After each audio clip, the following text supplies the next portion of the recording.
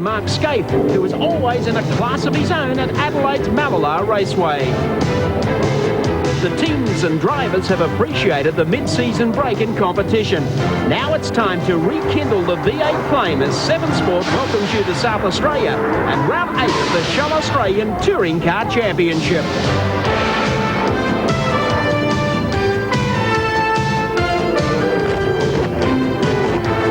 Proudly brought to you by Shell, Tui's and Mitre 10. Hello Australia, I'm Mike Raymond. Welcome to Mallala Raceway in South Australia and a very exciting round 8 of the Shell Australian Touring Car Championship. Alan Moffat, we have 11 drivers under the track record. The officials, they say, have nobbled the Fords, but John Bower has pole position. Well, he just keeps stamping his authority on this 95 championship, Mike, and he's not prepared to give up 1 millimetre to sacrifice that front row, and a great pole position again today. Here's qualifying from yesterday. Look at those times. John Bower on pole with a 1:07.32, and the Holder man likely to take it right up to him today. Mark Scaife in the Winfield Commodore. And out of row number 2, Neil Crompton. What a return to form in the Co-Commodore. And rounding out the top 4, Glenn Seaton in the Peter Jackson Falcon, car number 30. The draw for the Peter Jackson Dash means absolutely everything. Bower was looking for 1, and the worst thing for him, Seaton got it. So here's the lineup now after the draw. Glenn Seaton on pole in the Peter Jackson Falcon, and sharing the front row is Dick Johnson in the Shell Falcon. Row number 2, Neil Crompton, 3rd fastest overall. That doesn't change. Larry Perkins moves to 4th. The 3rd row is Mark Scaife on the inside in the Winfield Commodore, and Alan Jones the outside. Row number 4 is Peter Brock the inside, and Wayne Gardner the outside. And the final row, Tony Longhurst shares with John Bower, the fast qualifier. Just about set for the Peter Jackson Dash. Lights on. Johnson, Seaton, square up on the front row. Johnson wins the start. Crompton gets out, so too does Perkins. Down the outside goes Alan Jones, and up the inside comes Mark Scaife. All battling for the right-hander. Look at them, side by side as they race down to the next turn. Seaton has won it. Crompton away very smartly. Johnson is 3rd as they make that exit. Scaife is up to 4th. Then it's Jones on the inside and Perkins the outside. Yeah, Mark Scaife hit the curb on that first corner, took her up on 2 wheels. I'll bet that got his attention. He'll be simmering a bit.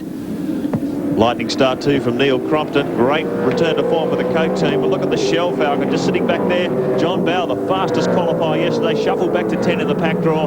Glenn Seaton, meanwhile, the other end of the field with the Falcon, leads them through this sweeper, 230 kilometres an hour as they break hard for this hairpin. Crompton in 2nd position, looking very aggressive. And Crompton comes up under brakes, and Johnson goes the outside. No room there. Up behind him comes Mark Scaife, who punches away at the inside of the Falcon. They come up to the S's now. They'll have them up on 2 wheels through here. Here comes Crompton through the sweeper once again, holding on to 2nd place, but coming under enormous pressure from Johnson in 17. I haven't seen Dick drive so well in a Touring Car Championship round for a long time. He's really pumped this weekend. And look at the pressure he's putting on the Coke Commodore here. Great view from 7 Race Cam as they head back toward the hairpin once again. Terrific shots. They make a run down to the right-hander. No doubt about the man at the front of the pack, Glenn Seaton. He'll pick up 3 championship points and will start to close on John Bower overall. He's got a break of about half a car. Crompton has got them all bailed up behind him, but he's done nothing wrong so far. Johnson a rat-tap-tapping at the tail of Crompton, and Mark Scaife is the next one up, followed by Jones. Then it's Wayne Gardner, Larry Perkins, Peter Brock. Here's a go by Johnson. He did it.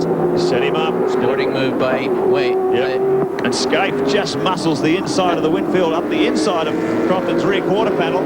He's getting attacked from front and from the rear. Really in the wars here, Crompton. Well, this will be playing into the hands of Glenn Seaton. They can argue between themselves. Seaton's through, and all he wants is 3 points out of this to close on Bower in the championship. And Mark Scaife, who I think will probably be the big mover here today, comes up on the inside of Crompton as they spread it up here, and he will get it. Big mover, all right. Look at the speed he got out of that corner, come out the back straight. He had Crompton side by side as they worked their way up through the gears. Had him nailed by the time they came through the sweeper. So Crompton gets shuffled back another position to 4th. The last set of S's comes up, chasing 3 points as he makes his way through the corner, and it is Glenn Seaton. They might have nobbled the Fords, but they haven't nobbled them enough. Seaton is 1st, Johnson is 2nd, Scaife is 3rd, then it's Crompton, followed by Jones. confirmation of placings on our Shell race score for the Peter Jackson Dash. The winner, Glenn Seaton, that looks good for the championship. 3 more points. Dick Johnson, a 1-2 for Ford. He runs second in the Shell Falcon. Third was Mark Scaife in the Winfield Commodore. Fourth, Neil Crompton in the Coke Commodore. And fifth was Alan Jones in the second of the Peter Jackson Falcons. Well, Glenn Seaton's got 3 points in the bag. Now it's time for the Auto Action Privateers Dash. And a good-looking lineup. David Attard in the Alcare Air Conditioning Commodore starts on the front row. And alongside him will be John Trimble in the Daily Planet Falcon EV. From row number 2, David Parsons, a newcomer, a truck racer in the Commodore VP, a Larry Perkins turnkey car. Chris Murden in the Anderson Consulting Commodore VR and 39 starts alongside. Then it's Bob Pearson of Sydney in the Product Commodore VP, and alongside Mark Poole, who starts in the Cartronics VP. Then it's Paul Romano of Queensland in the Holden Commodore. 28 is Kevin Waldock in the Team Komatsu Falcon EB. And there's young David Attard, who's on pole in the Alcare air conditioning entry. He has a pretty wily stanger alongside in John Trimble and Daily Planet Falcon. And off the line, Trimble breaks into wheel spin, and they go either side of him. Smurden gets up the inside, and also down the inside came David Parsons, and Romano made a brilliant start from the back of the field now up to, I think, 4th spot. Yeah, good move there by Chris Smearden. He saw Trimble in trouble and accelerated his Protec Commodore straight through into 2nd spot. Position staying static at the moment. Smurden defending 2nd position. Attard has them well and truly covered at the moment. Well, Attard shows nice form here all season. Another guy who's just started this championship run. There's John Trimble. He's had a spin. And he's had some damage there too. A big boot in the driver's door. Oh, that's a shame. Car beautifully presented, the Daily Planet Falcon. And Johnny Trimble, he's trying to get back out onto the circuit. At half distance in this 4-lapper for the Privateers. Look at Paul Hoekser inside wheel up as he comes through the sweeper there. Very quick corner. The car's very heavily loaded as they come through there. And he has a go. Under brakes on the outside. Not the place to be, because Smurden can just switch across and cover his ground. But Paul's making no mistake. He's waiting and willing and ready to pass. And he's got Romano right behind him. These three very evenly matched as they come up to complete 3 laps and head out on their final tour. Yeah, meantime, Attard holding steam in front, doing well. He's run every championship round so far this year, and obviously would be very well equipped to hold this spot. But the Daily Planet's having a bit of a spin today.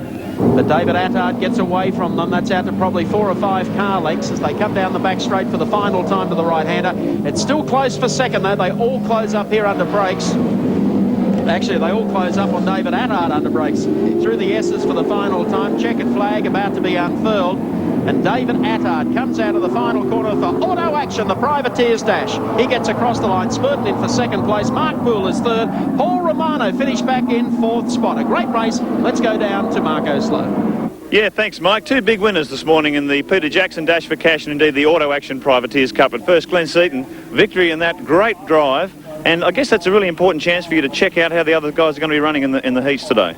It is for sure, Mark. It's very important to get up there early in the day and put a time together. But at this stage, I think consistency over the race distance will be very competitive. But early on, we struggle a little bit until the temperature get in the tyres. Well, best of luck, Glenn Seaton. We hope you have a good run today. And indeed, in the Auto Action Privateers Cup, another guy, you're getting very used to winning this sort of thing, David Attard. Another great drive, Dave. Yeah, I could get used to this quite easily, actually. Yeah, it was for a change. I drew number 1, which was better than 6 or 7 for the start, and from there it was just a matter of keeping a level head and staying in front. But while I got this chance, I'd like to thank Auto Action, of course, for giving us the series to follow, and Alcare Air Conditioning for getting us here, and Balgala Smash, who did a lot of work for us since Eastern Creek to get us here. Thank you. Plenty of plugs there from the Privateers. As always, plenty more action to come on 7 when we come back after the break. Well, what's it going to be, a Holden or a Ford for round 8 of the Shell Australian Championship from Mallala in South Australia? Let me tell you, there is an absolute capacity crowd here today. The largest I've ever seen at Mallala. I'm sure you would agree, Mark Osler. Absolutely, Mike. They were camping outside the gate at 5 o'clock yesterday afternoon. There are really so many people here. The V8s are alive and strong. John Bow on pole. 7th pole and 8 starts, 107.32, and sharing the front row, a boy to keep an eye on today. Mark Scaife in the Winfield Racing Commodore. He's won here twice in the last 2 years. Row number 2, Neil Crompton, the Coca-Cola Commodore, and Glenn Seaton in the Peter Jackson Falcon. Out of row 3, Larry Perkins in the Castrol Commodore with Dickie Johnson in car 17 alongside him. Row 4, Wayne Gardner, Crompton's teammate back there, and 05, Peter Brock, the Mobile Commodore. Row number 5 is Alan Jones in the second of the P. Jackson Falcons, and Tony Longhurst in the Castrol Falcon EF. Row 6, 015 Thomas Mazzera, the Mobile Commodore, and Jimmy Richards in the second of the Winfield Commodores. First of the privateers, Paul Romano on row 7 with Mark Larkham in the Mitre 10 Falcon alongside him. Row 8, David Attard in the Alcare Air Conditioning Commodore, and Bobby Pearson in the Product BP. Row number 9 is David Parsons, young privateer in the Commodore, and Mark Cool in the Cartronics Commodore. Row number 10, Chris Smurden in the Mitsubishi Electrics Commodore, and John Trimble in the Daily Planet Falcon EB, leaving Kevin Waldock in the Team Komatsu Falcon out of row number 11.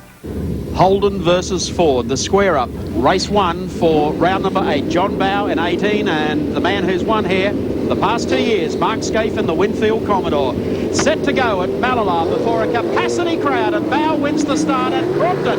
Up the inside of Scaife, goes straight by, so too does Larry Perkins, and an appalling start there from Glenn Seaton, who's got shuffled back about 6 cars as they go down into the left-hander. Yeah, well, Scaife lost the start as well. A fabulous start by John Bow. He just seems to know exactly what to do, and a brilliant start by the Coke car. Old Neil is on the job today. John got the hammer down there. That thing just launched off the line, and Crompton equally brilliant start from the second position to push his way through. He's got Larry Perkins behind him. And there's one spinning there. I think it might have been Thomas Mazzera, was it? And Parsons in trouble as well. As the field gathers themselves up, Crompton hanging on to second position. There's Parsons, the rookie in car 55. I think it might have been Mark Poole that had a problem as well. Back in the pack he goes through. So they've all regained as they come down under brakes into the right-hander. There's your race leader, John Bow, Neil Crompton. Then it's Larry Perkins, Jimmy Richards, a good start. Dick Johnson is the next one, then followed by Glenn Seaton and Alan Jones back in the pack a little deeper.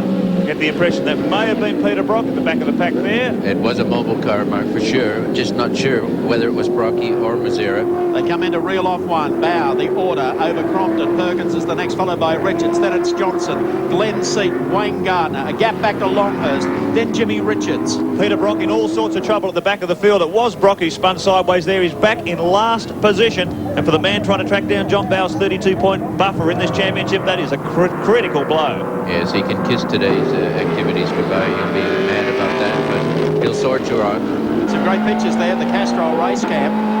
As we ride out the front of Larry Perkins' car, he closes under brakes on Neil Crompton and the Coca-Cola Commodore, the right-hander.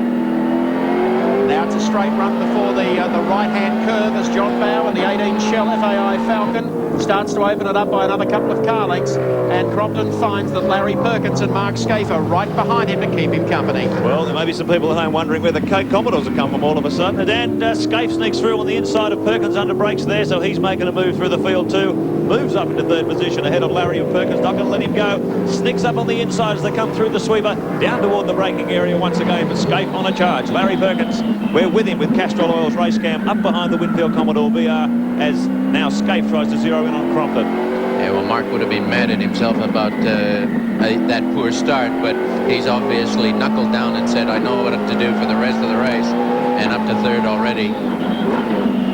A good recovery, but a pity to lose the opportunity you have when you're on the front row. So Perkins shuffled back to fourth. Should be a great battle this. Bow's gone for a gamble on a much harder tyre than the tyre that Perkins and Crompton are running. So as this race unfolds, we may see that coming into the equation. But Crompton at the moment, very quick times as he hangs onto the back of Bow. But Bow really is spreading away. He opened it up 1.6 seconds that last time across the start-finish line. And the further that he gets in the lead, Mark, the easier he can be on the car. It might only be a little bit here and a little bit there, but soft tyre or not, he can control his car if he's got the pack behind him. It's when you're in the middle of the field having to throw your car around to try and get back in the lead that chews up the tires so badly. Look at that Winfield car, the left front off the ground through that sweeper. Really likes a soft car on a circuit like this. Mark's been testing testing the back bumper bar up. Sure is. Well, he'll keep the pressure on. Look at it, just pick up the inside front. He'll try and get down the inside again here for the next corner. Can't do it. It's a little too tight. But he is the man on the move at the moment, Mark Scaife, after losing the initial kick at the start. He's now up on the tail of Neil Crompton's Co-Commodore. Larry Perkins was sitting in company with them, but he's dropped back into the clutches of Dick Johnson at this stage. And there is a little run off the racetrack from Neil Crompton. He had problems with brakes yesterday. Tries to get back out again now as they head down to the right-hander. Yes. So whether he just got a little too far off. Slip up there on Neil's part. He got wide, and I don't think it was marked. He didn't force him off the track. Great recovery too, but he's got Perkins right up behind him as they come through the sweeper once again. And Scaife, is that? No, Johnson up there, yes. Scaife's been in contact with another car. Look at the damage on the front of the Winfield Commodore. Well, I think you'll find that may have been a hit up the tail of Neil Crompton coming out of that corner. Gee, it must have been one heck of a hit. Well, something upset Neil. He didn't just drive off the circuit. That's not his style. Let's have a look at this on race cam as a replay, thanks to Tooheys. Oh, this will be good. That's the back of Crompton's car. Bang! Cop that, young Kelly. Oh, the hood's up. Good. Well, we know why Crompton got nerfed off onto the dirt. He was lucky to. Oh, now he's gone off where he went yesterday in practice, so he knew what to do. Everybody jumping on the brakes at the end of the main straight and really using their cars up. Wayne Gardner bringing up the Coke team into contention again after Neil had his oops. First time the Falcons have run two with the inner guard shotgun panels, as they're called, in the front of the car. Slightly higher front right hot on the car was expected to pull them back a bit. Talked to most of the four teams. This had the effect of probably 1, maybe 2, 3/10 of a second on the fast track. So the Falcons still very, very quick. The Commodores have got to fight for every inch of space. Look at Seaton down the inside of Larry. Thank you very much. And, is it Gardner? Wayne Gardner. He's going to have a go as well. He's capitalized, not quite. He needed a bit more room to get here into this left-hand sweeper. But he's serving notice on Larry that he's got intentions of more than following him. There he goes long up the outside. I don't think he can do too much with that move. But he's certainly letting Larry know, I'm about to pass you, mate. Well, we've already seen what happened in our replay. A big hit up the back of Neil Crompton from Mark Scaife. And then you went off. Just tell us exactly what happened, Neil. Well, it was all a bit weird, actually, Mike. Right in this very spot here, I obviously misshifted. I didn't actually gate properly from third to fourth. Either that or we've got a problem with the gearbox. But I suspect driver error, to be honest. And poor old Mark paid a pretty high price because he ran into the back of it, which I feel bad about. But then we got down the other end of the joint, down to the other hairpin. And I'm not sure what drug stick was on, but he just went straight to the back of me and pushed me off. Oh. Well, we missed that part. Well, you've done well to recover, Neil. You've still got a good heat, plenty of laps in front of you, and another heat later in the day. You can still get some good points. Yeah, that's right, Alan. The car's obviously very good, and it'll be nice to try and get a good result for the Coca-Cola racing team. But we're pretty happy with the performance of the old beast at the moment. Okay, with a little bit of luck, I'll sort of be able to get some points back here. Well, stay with it. Oh, look how close it is here. A little, was it a tap? I don't know. Perkins got a little bit out of shape there, and Richards capitalises on that slow exit from the corner. He's side by side with Gardner as they come through the sweeper. He's in the right spot now. Oh, careful. Big puff of dust there. He doesn't give him a lot of room. Richards goes deeper under brakes and sneaks through on the inside of Wayne Gardner. Good move there. Obviously, Yokohama been doing a lot of work and a lot of testing, and looking like paying off here at a nice time of the season. And speaking of testing, Alan, Coca-Cola too have been out very busy over the June break, and that would explain this rise in competitiveness of the Coca-Cola Commodores this weekend. Very quick in qualifying. Crompton, of course, qualifying third, and Wayne Gardner showing an equally impressive pair of heels here in this race. Currently 6th position and well and truly in contention. You know what they say, the harder you work, the luckier you get, and certainly is manifesting itself here today with the Coke team is doing a superb job, and a great two-car team. A little bit of trouble with one car, second one slots right back up there into contention. The same with the Winfield team. Mark out of it and Jim back into the scene. Really good to see, and of course the two shell cars out in front, 1-2. Perkins at this stage trying to control his position on the track because he's got Jimmy Richards applying a ton of pressure here in the Winfield Commodore. Gardner's one back behind them, and Perkins, an old wily dog, hangs to the right-hand side of the road. Wily is the word. And can you believe that? They dive into the right-hander. Jim says, bang! Well, there was almost just a little touch there. There was one maybe there, but Jim will be all over Larry like a blanket here. This is extremely competitive racing. I've just got to look out the window and have a real look down start-finish straight, and there's nothing. You can throw a blanket over Larry and Jim at the moment. Oops. Nothing separating them. Well, it looks like Jimmy's finally enjoying himself. He hasn't had much fun this season. The car not to his liking. He's not prepared to drive the limits of the car, but didn't feel he had the right grip or the right balance. But obviously today the car working very well for him, and Jimmy's proving he's just as quick as anyone in the right equipment. Has another sneak down the inside of Perkins. A drag race here as we take Castrol Race Cam aboard Perkins' car, and it's side by side with Larry, not lacking for grunt. Look at Jimmy, lets a rip through the sweep at 240 kilometres an hour. He's got him covered under brakes. Great run from Richards. Look at Gardner. Gardner said, wherever you go, Jim, I'm with you. Well, these guys have been doing more than tyre testing. That's been some brake development there. That was a superb pull-up by Wayne Gardner and a tremendous job by Jim Richards. Well, Jimmy Richards running a single caliper front brake setup on the car. Scafe was experimenting with a twin caliper setup similar to the system pioneered by the Coca-Cola team. But no shortage of brakes from Jimmy's car. Tremendous driving here as he moves his way up well into the top 6.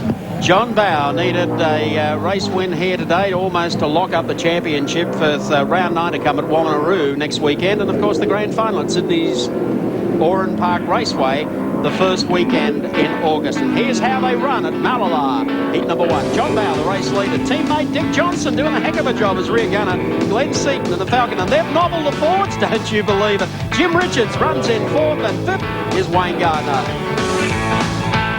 Here's Jimmy Richards. Up on the inside of Wayne Gardner comes another ex-world champion in Alan Jones. Under brakes the duel, and the Ford wins. This has been going on lap after lap, and aren't these Bridgestone cars going gangbusters? Jones really warmed up. You can see the battle damage on the left-hand door there. He's been in the thick of things.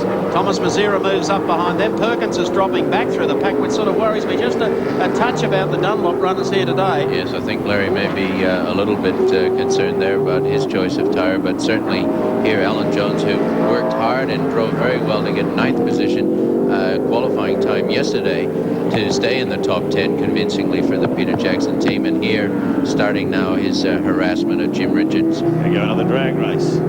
Well, Neil Crompton has gone to the pits and is out. We'll get a report from down the pits. The day is over for, well, not the entire day, but certainly race 1 is over for Neil Crompton. Done a great job in the Coke Commodore, and the owner of the team, Wayne Gardner, is still out there. Oh, look at Alan Jones down the inside of Jimmy Richards. He's just going through this field so quickly. He's pushed his way. It was 5th last time across the start finish line. Now he takes Richards for 4th. So that's Falcons 1, 2, 3, 4 if he can nail Richards down here under brakes. But Jimmy's not going to give in without a fight. There's a bit of panel damage too on the 35 car. Make no doubt about that. And he's Gardner. I'm with you, boy. And Jimmy gives the finger. Thank you, Wayne. He's not going to get through easily. That'll get Wayne's dander up. Make no mistake about that. Well, that was a good move on his part. He saw the gap he should have taken. He tried it. Oh, here's Thomas. Here's Thomas. Does anybody say... You want some good racing? You want some, I've stumbled for words over the criticism of this formula from time to time, but better have a little replay of this if you think this isn't competitive racing. No, I don't want you to be political, Alan. No, I'm trying not to be. So lap 39, 29 lap contest, 13 laps completed in this terrific scrap here. John Bowe, Dick Johnson, Seaton, Alan Jones, Jimmy Richards, Wayne Gardner, and Thomas Mazira. This is the battle for 5th, 6th and 7th position. At this stage of the race, there's still got to be a lot of strategy. Naturally, go as fast as you can, but it is a long sprint race, and these fellows have got to decide how much stamina they've look at got. that, side by side, and Gardner gets a little tap. Mazira takes advantage, and this smoke pouring off the back of the Cape Commodore. I think he's got a tyre rubbing there. He is now. He copped that one, but Comes cannot Thomas. go off the road at your peril. We've seen it happen. Neil had trouble initially when he got involved with Scape, and now here's the boss coming in with a bit of a smoker. Pity to see. Coke team cannot take a trick. Their most competitive run. You can see the damage on the back of the car. I would suspect that's a tyre rubbing him. He may even have damaged an oil cooler under the car. There could be oil smoke, but whatever it is, he's out of the race. It's the man who won the Peter Jackson Dash earlier today. Car number 30, Glenn Seaton, the only man that's really making a big run outside of Brock at John Bowe for the championship this year. Had a wretched run here last year. Started the day fine, but it all went, if you'll recall, he had an onboard fire and had to bail.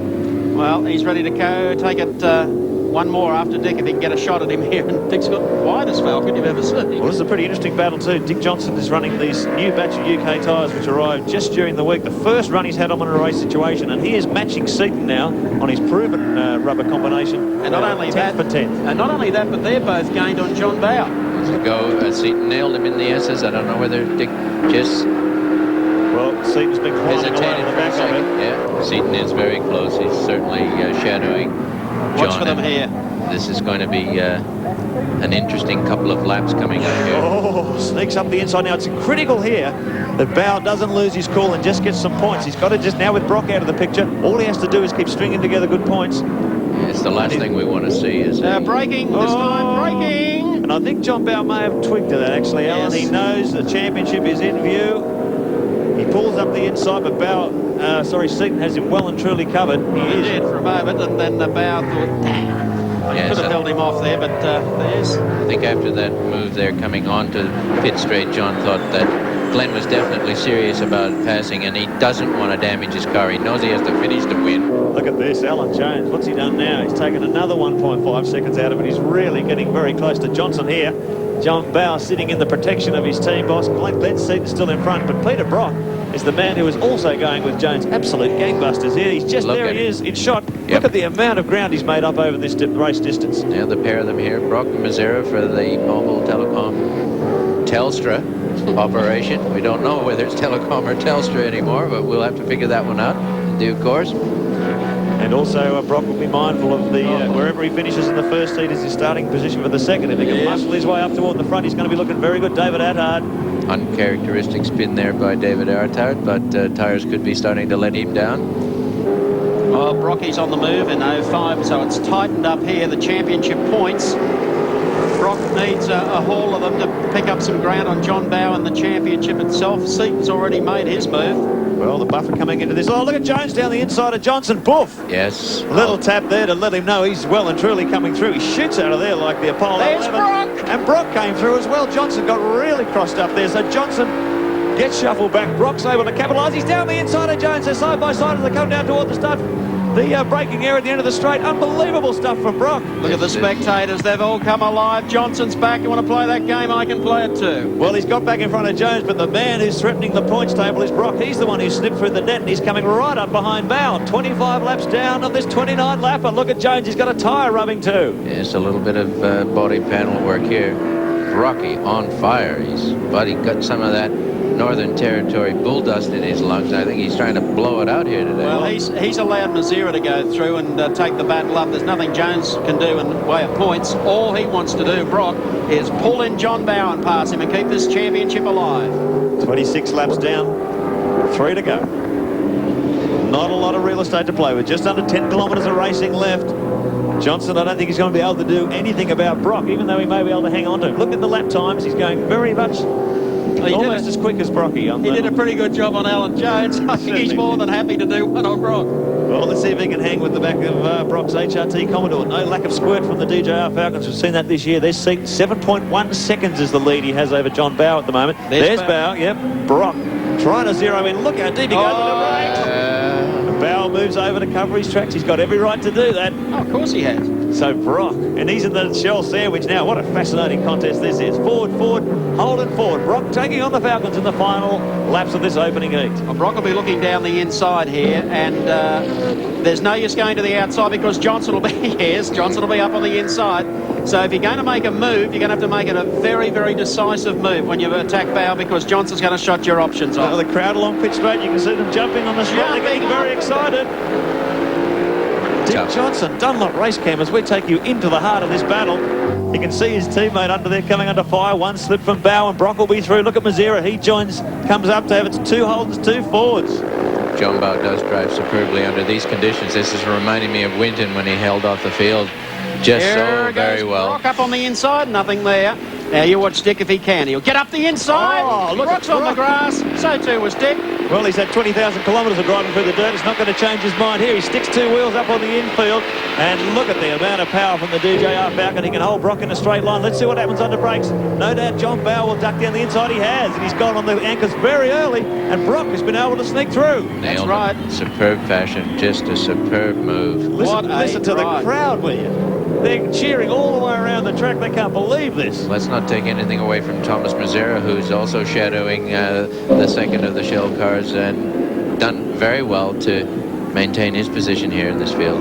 Last lap for Glenn Seaton as he crosses the start finish line. Here's the battle for second, third, fourth and fifth. Listen to the cheers, the grandstand. They're all Still jumping. Brock from the back of the field up to second. And championship points coming away from John Bow's grasp in race 1 of round 8 at Mallala today. What a fabulous race it's been. Brilliant conditions. And before we estimate about 28,000 V8 fans. Well, it's a great move by Brock on tyres too. He went for a fairly hard tyre on the rear and a soft one on the front. It's been working well for the HRT Commodores in previous rounds, and boy, isn't it working well here. Here's Mazira trying to push up and make some ground on Johnson as well. Well, just think how hard Rocky's had to work to get from the tail of the field, Mark. It's not as if it's just been a good tyre choice. He has worked that car hard, himself hard, to get up into this position. That didn't happen by accident. 21 cars he had to make his way through. There he is in second position. I think John Bow would be in disbelief. Brock spinning to the back of the field in that opening lap, and he's come back to overtake him. What an unbelievable recovery from the Holden hero. They work the back straight. This is the final lap up to the S's for the final time.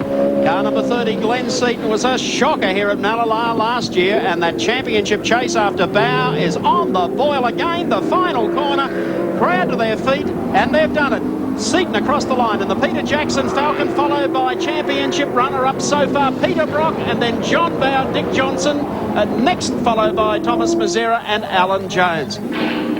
Time to check out the top 10 on the Shell race score. Glenn Seaton, what a performance, and what about a performance from Peter Brock? Last to second, John Bow takes third, Dick Johnson fourth, Thomas Mazera finished in fifth. Sixth place went to Alan Jones. Jimmy Richards took seventh. Eighth was Paul. It's been there and always around first to second place, and you know, it's a new challenge for both of us. You know, I'm happy that he was able to go someplace and have the success that he's having. I'm Curtis as of now. A teenage diet gets dangerous. I wasn't so completely fat. How can it be stopped? I'll eat when I'm ready. And will Angel forgive Shannon in time to save her life? It all happens this week in Home and Away. Hey, I think you'll make sure that I'm seated way away from all we have this week on Hoops TV. You're going to check it out next week, aren't you? Of course, every week. And you better be watching next week. I'll see you then.